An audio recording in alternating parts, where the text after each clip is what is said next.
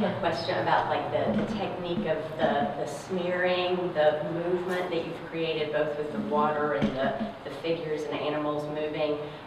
You have the crisp edge, but as an artist, I'm just curious how you make those. Well, I use my hands a lot, but I also use Bounty paper towels. Now I teach, and but you want to know, so many students have, there's a better paper towel. I don't know the name of it. It's like very soft. Mary would, yes.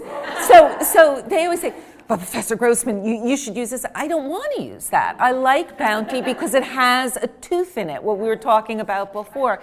And again, it isn't so smooth, and it isn't so, the whole point of picking up a paper towel and not an artist's cloth or one of those things is it adds something to that drawing. Now, it makes the technique slightly different.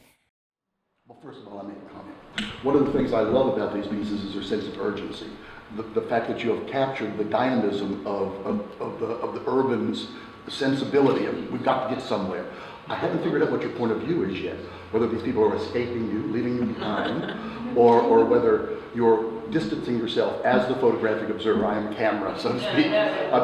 So I'm curious about that. And so my question is, who is your audience? Yes, to the first part of that. I do think I am an observer of the moment, and I feel very much separate from the situation, like I'm writing a story about somebody else.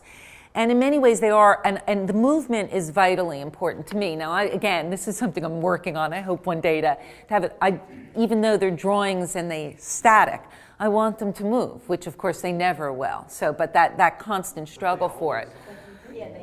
Well, hopefully they're getting there. And again, that's it. And the audience, twofold. I would love anyone to walk by them and feel something.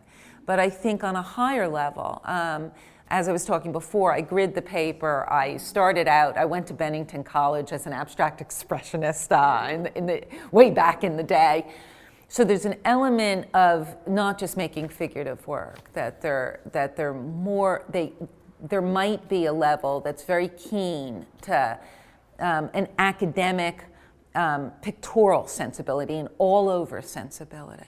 But the danger or the question, a point of view, is vitally important. That's why I'm not doing still lives as beautifully as some people can, or figures just for figure's sake. It really is, I want there to be a narrative for each person that looks at it. And I think you succeed. These pieces are very magical, and I think part of it is the way you approach the materials, and that is a very, very abstract expressionist kind of, I'm in with the materials, I'm doing it. And when you described your technique, that even became even more clear. But just viewing them, you see that the involvement, I kept thinking, well, there's wetness here, this isn't pastel. So technically they are extraordinarily accomplished. So yeah, but thank you.